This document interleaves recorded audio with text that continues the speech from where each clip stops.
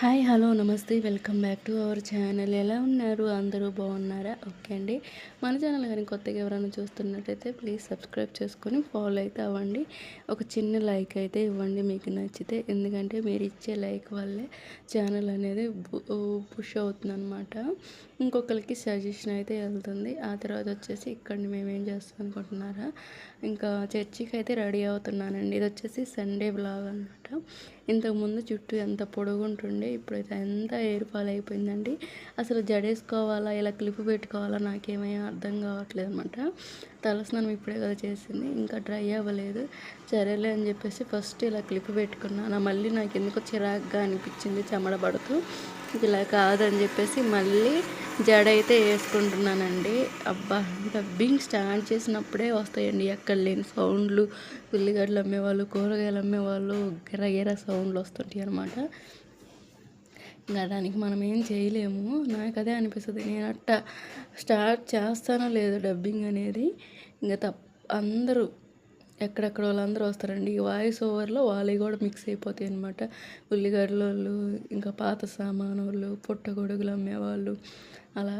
ఇంకా తర్వాత వచ్చేసి ఇంకా ఇక్కడైతే జడ అయితే వేసుకున్నానండి.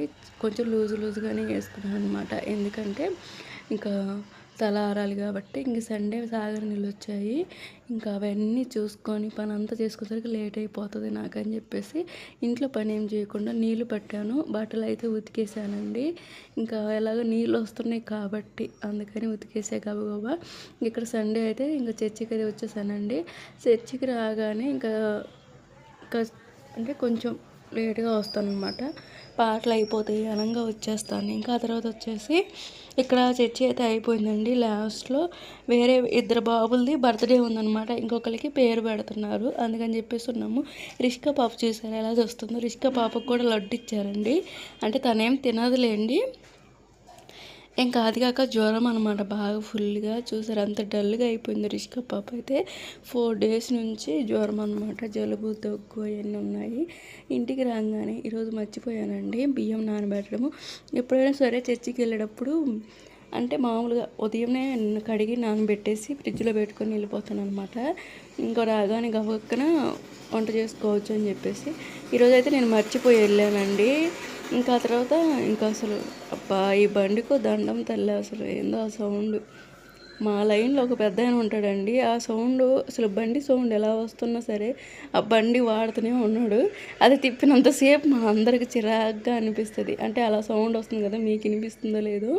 ఇంకా ఇక్కడ ఇంట్లోకి వచ్చాక ఇంకా మోటలు ఏం ఒప్పు తీయలేదండి, అందుకే కొంచెం ఇబ్బంది అయిపోయింది.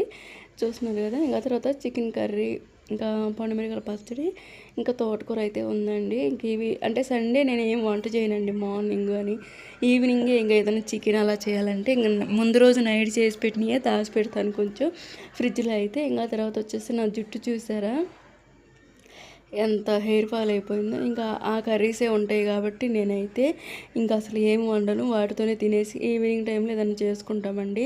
అంతే తప్ప ఆ రోజు నాన్ వెజ్ అయితే వండడానికి మాత్రం అస్సలు ఇంట్రెస్ట్ నేనైతే. ఇంకా తర్వాత వచ్చేసి ఇంకా చెప్పాను కదా, లడ్డు మిక్చర్ అయితే ఇచ్చారండి చర్చిలో. ఇంకా అవి తినేసాము. ఇంకా తర్వాత ఇంకా నేను మా హస్బెండ్ అయితే కూర్చొని అన్నం అయితే తింటున్నామండి. కొంచెం పలుకులుగా ఉంది. మాకు ఎక్కువ నానబెట్టుకొని తినడం అంటే ఇష్టం కాబట్టి అలానే అలవాటు అయిపోయింది అనమాట రైస్ అనేది నానబెట్టడము. నేను ఎంత డ్యూటీ నుంచి వచ్చినా ఒక 10 minutes అయినా నానబెట్టుకొని ఆ తర్వాత అన్నం అయితే వండుకుంటానండి. లేదంటే సిమ్లో పెట్టి వండుతాను అనమాట. కొంచెం టైం పడుతుంది కాబట్టి సిమ్లో పెట్టినప్పుడు అది కరెక్ట్గా మగ్గిపోతుంది. ఇంకా ఆ తర్వాత వచ్చేసి ఇంకా అన్నిటితో తిన్నానండి. నాకు ఏం రుచిగా అనిపించలేదు, అందుకే పండుగ పచ్చడితో అయితే తింటున్నాను అనమాట.